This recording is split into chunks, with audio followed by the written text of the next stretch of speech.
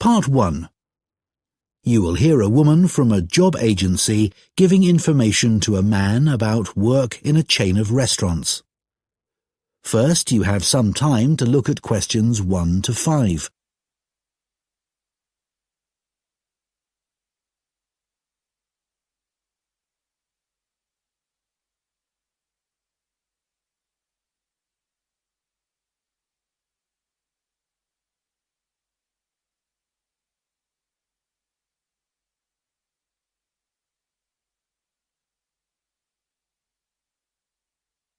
Now listen carefully and answer questions 1 to 5. So I understand you're interested in restaurant work? Yes, I've got a bit of experience and I can provide references. That's good. I can check all that later. Now, Millo's restaurants have some vacancies at the moment. They're a really good company to work for. Lots of benefits. All right. Yes. They've got a very good reputation for looking after staff. For example, all employees get training, even temporary staff. Oh, really? That's quite unusual, isn't it? Certainly is. And do staff get free uniforms too? You just need to wear a white t-shirt and black trousers, it says here. So I guess not. But another benefit of working for a big company like this is that you can get a discount at any of their restaurants. Even at weekends? No, but you'll be working then anyway. Oh, yes, I suppose so. Most of their restaurants are in the city centre, aren't they? So easy to get to by bus? Yes, that's right. But if you have to do a late shift and finish work after midnight, the company will pay for you to get a taxi home. I probably won't need one. I think I'd use my bike. OK. Now, they do have some quite specific requirements for the kind of person they're looking for. Millo's is a young, dynamic company, and they're really keen on creating a strong team. It's really important that you can fit in and get on well with everyone. Yeah, I've got no problem with that. It sounds good, actually. The last place I worked for was quite demanding too. We had to make sure we gave a really high level of service. That's good to hear, because that will be equally important at Millo's. I know they want people who have an eye for detail. That's fine. I'm very used to working in that kind of environment. Perfect. So the only other thing that's required is good communication skills, so you'll need to have a certificate in English. Sure. Before you hear the rest of the conversation, you have some time to look at questions 6 to 10.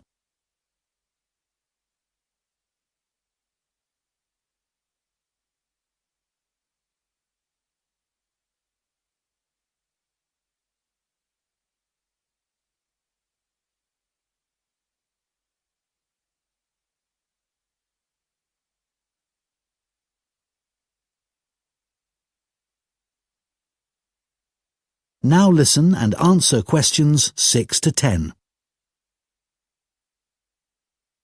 OK, let's have a look at the current job vacancies at Millo's. The first one is in Wivenhoe Street. Sorry, where? Wivenhoe. W-I-V-E-N-H-O-E. It's quite central, just off Cork Street. Oh, right. They're looking for a breakfast supervisor. That would be okay.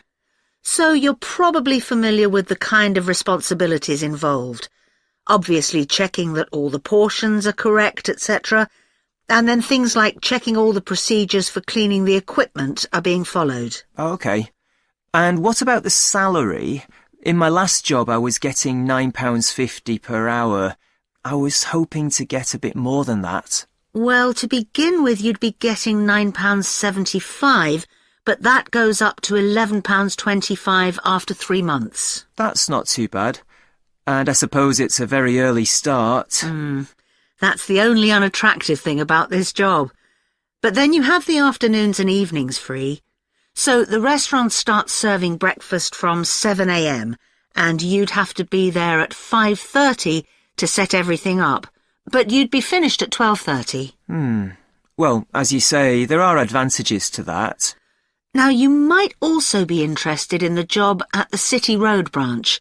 That's for a junior chef, so again a position of responsibility. I might prefer that, actually. Right. Well, obviously this role would involve supporting the sous chef and other senior staff.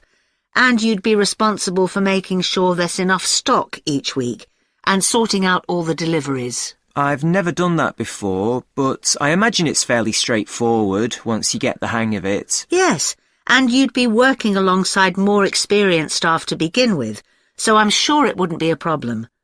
The salary's slightly higher here. It's an annual salary of £23,000. Right. I know that if they like you, it's likely you'll be promoted quite quickly, so that's worth thinking about. Yes, it does sound interesting. What are the hours like? The usual, I think. There's a lot of evening and weekend work, but they're closed on Mondays. But you do get one Sunday off every 4 weeks. So would you like me to send off your CV?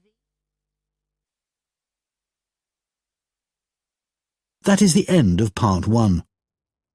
You now have 1 minute to check your answers to part 1.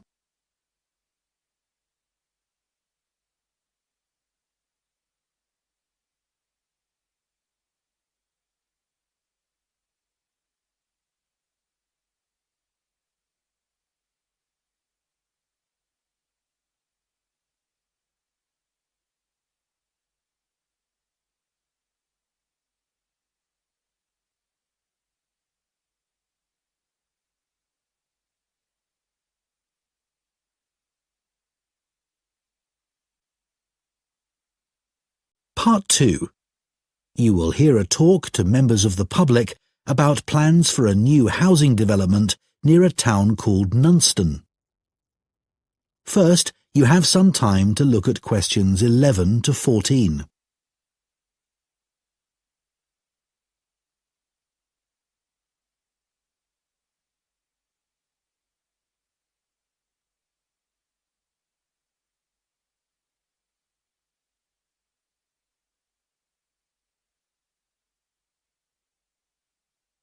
Now listen carefully and answer questions 11 to 14.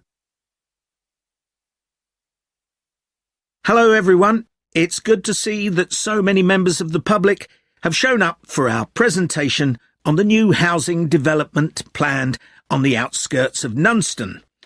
I'm Mark Reynolds and I'm Communications Manager at the development. I'll start by giving you a brief overview of our plans for the development. So, one thing I'm sure you'll want to know is why we've selected this particular site for a housing development. At present, it's being used for farming, like much of the land around Nunston. But because of the new industrial centre in Nunston, there's a lot of demand for housing for employees in the region, as many employees are having to commute long distances at present. Of course, there's also the fact that we have an international airport just 20 minutes drive away. But although that's certainly convenient, it wasn't one of our major criteria for choosing the site. We were more interested in the fact that there's an excellent hospital just 15 kilometres away, and a large secondary school even closer than that. One drawback to the site is that it's on quite a steep slope, but we've taken account of that in our planning, so it shouldn't be a major problem. We've had a lot of positive feedback about the plans. People like the wide variety of accommodation types and prices, and the fact that it's only a short drive to get out into the countryside from the development. We were particularly pleased that so many people liked the designs for the layout of the development, with the majority of people saying it generally made a good impression and blended in well with the natural features of the landscape, with provision made for protecting trees and wildlife on the site. Some people have mentioned that they'd like to see more facilities for cyclists, and we'll look at that, but the overall feedback has been that the design and facilities of the development make it seem a place where people of all ages can live together happily. Before you hear the rest of the talk, you have some time to look at questions 15 to 20.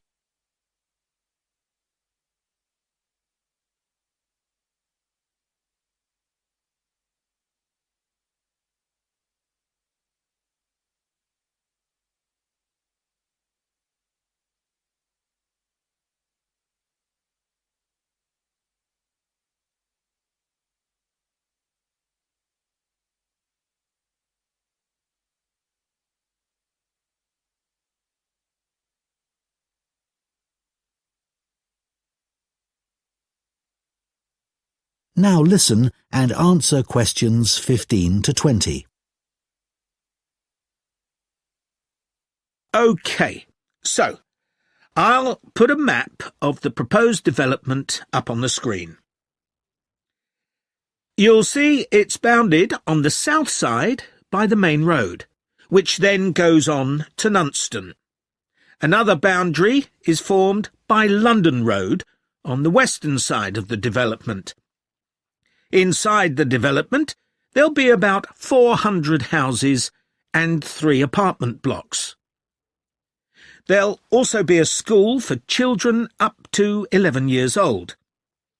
If you look at the south entrance at the bottom of the map, there's a road from there that goes right up through the development. The school will be on that road, at the corner of the second turning to the left. A large sports centre is planned with facilities for indoor and outdoor activities. This will be on the western side of the development, just below the road that branches off from London Road. There'll be a clinic where residents can go if they have any health problems. Can you see the lake towards the top of the map? The clinic will be just below this, to the right of a street of houses. There'll also be a community centre for people of all ages.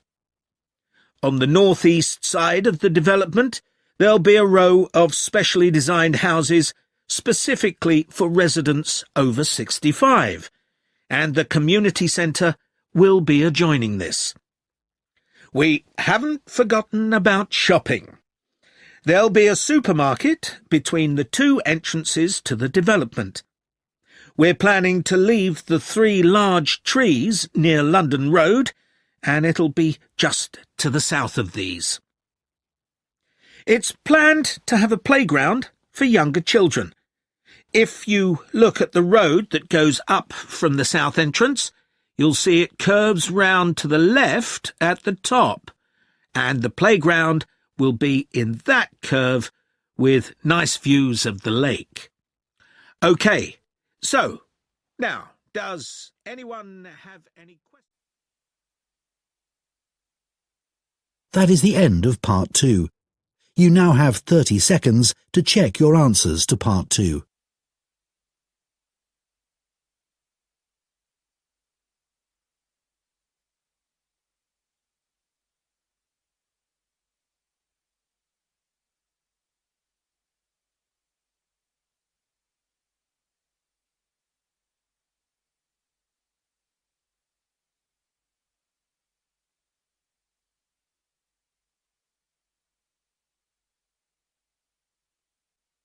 Part 3.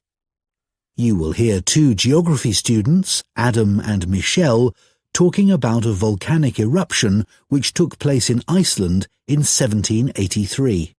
First, you have some time to look at questions 21 to 26.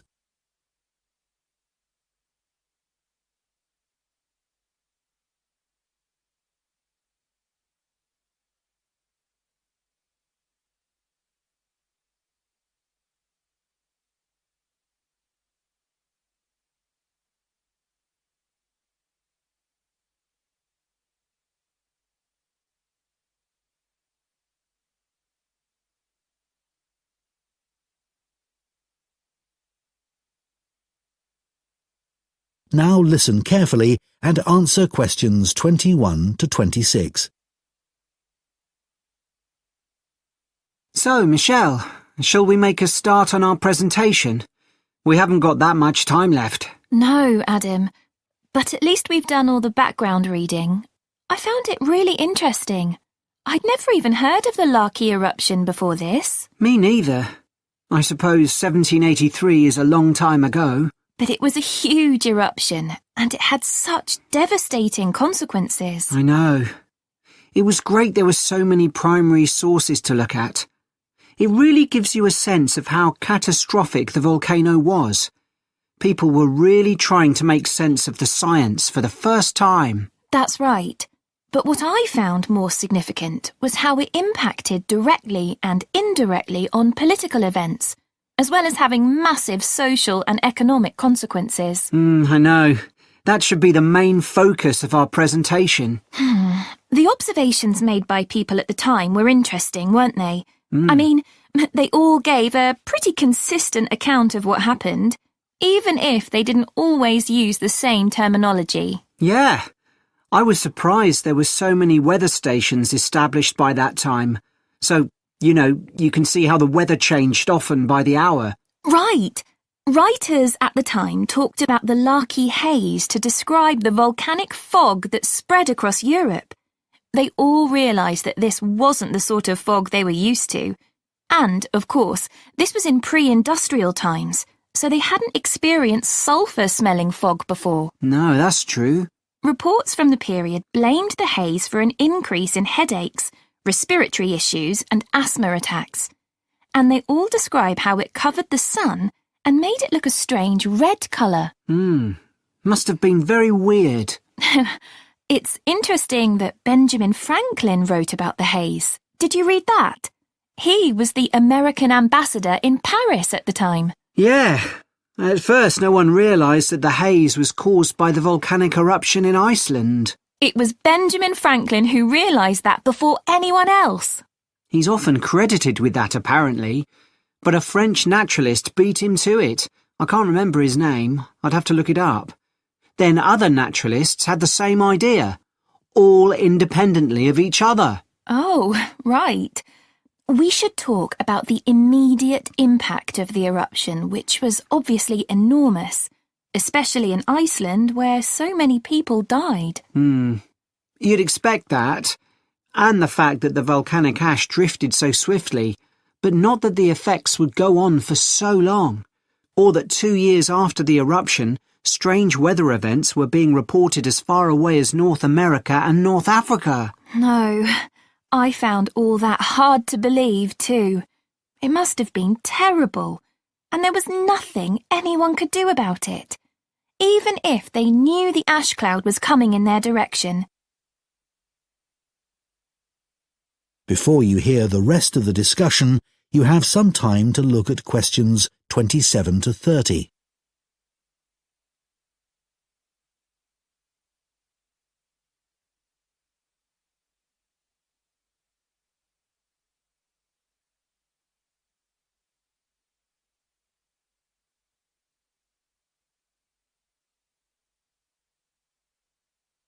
Now listen and answer questions 27 to 30.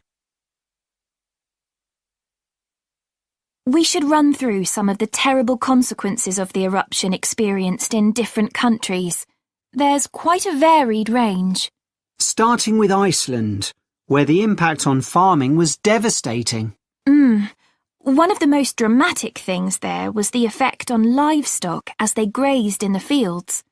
They were poisoned because they ate vegetation that had been contaminated with fluorine as a result of the volcanic fallout. That was horrible. In Egypt, the bizarre weather patterns led to a severe drought, and as a result the Nile didn't flood, which meant the crops all failed. It's so far from where the eruption happened, and yet the famine there led to more people dying than any other country. It was worse than the plague. OK. Then, in the UK, the mortality rate went up a lot, presumably from respiratory illnesses. According to one report, it was about double the usual number, and included an unusually high percentage of people under the age of 25. I think people will be surprised to hear that the weather in the USA was badly affected too. George Washington even makes a note in his diary that they were snowbound until March in Virginia. That was before he became president. Yes, and there was ice floating down the Mississippi, which was unprecedented. Oh, astonishing, really. Anyway, what do you think we should include next? That is the end of Part 3. You now have 30 seconds to check your answers to Part 3.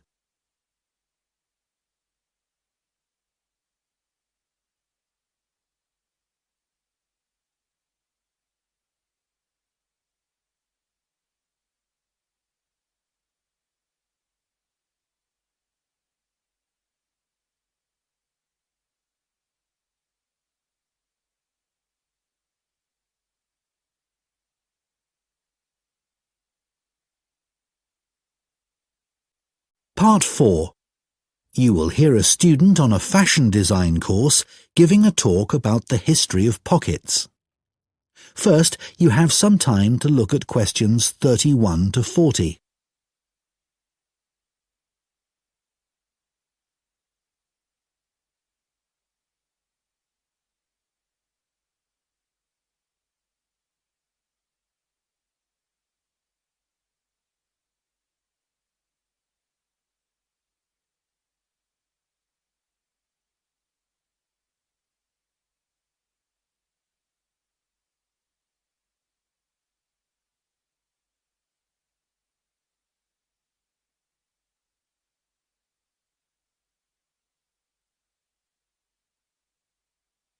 Now listen carefully and answer questions 31 to 40.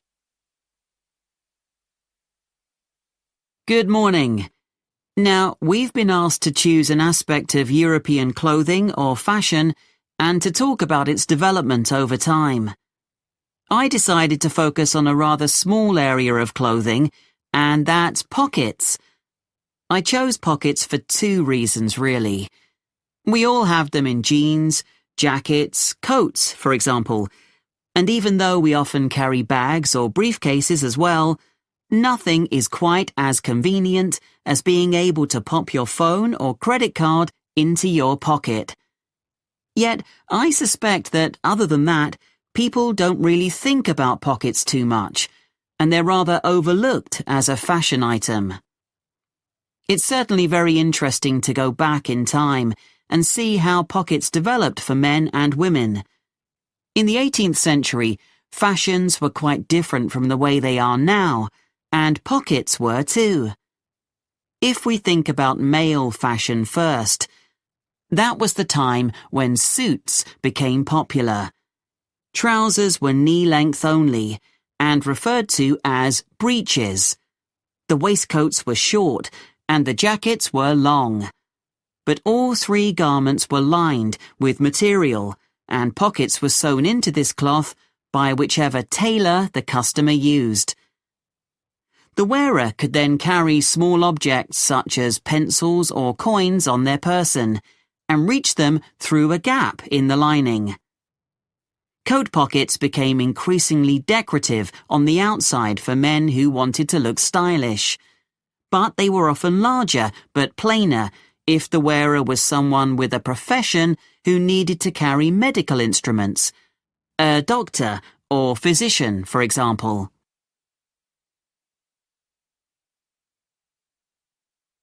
The development of women's pockets was a little different. For one thing, they weren't nearly as visible or as easy to reach as men's. In the 18th and 19th centuries, women carried numerous possessions on their person, and some of these could be worth a lot of money.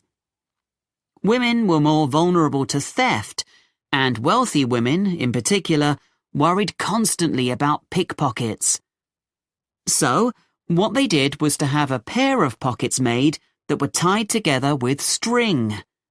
The pockets were made of fabric, which might be recycled cloth if the wearer had little money, or something more expensive, such as linen, sometimes featuring very delicate embroidery. Women tied the pockets around their waist, so that they hung beneath their clothes.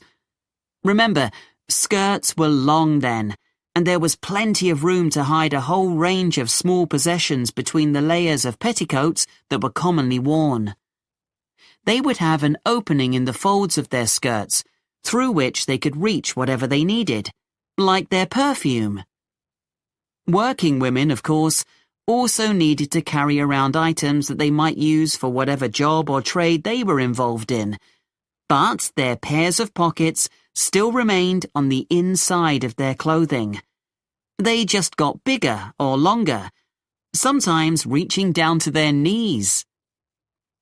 So, the tie-on pockets went well into the 19th century, and only changed when fashion altered towards the end of that period. That's when dresses became tighter and less bulky, and the pairs of pockets became very noticeable. They stood out too much and detracted from the woman's image. Women who had been used to carrying around a range of personal possessions, and still wanted to, needed somewhere to carry these items about their person. That was when small bags, or pouches as they were known, came into fashion, and, of course, they inevitably led onto the handbag of more modern times, particularly when fashion removed pockets altogether. That is the end of part 4. You now have 1 minute to check your answers to part 4.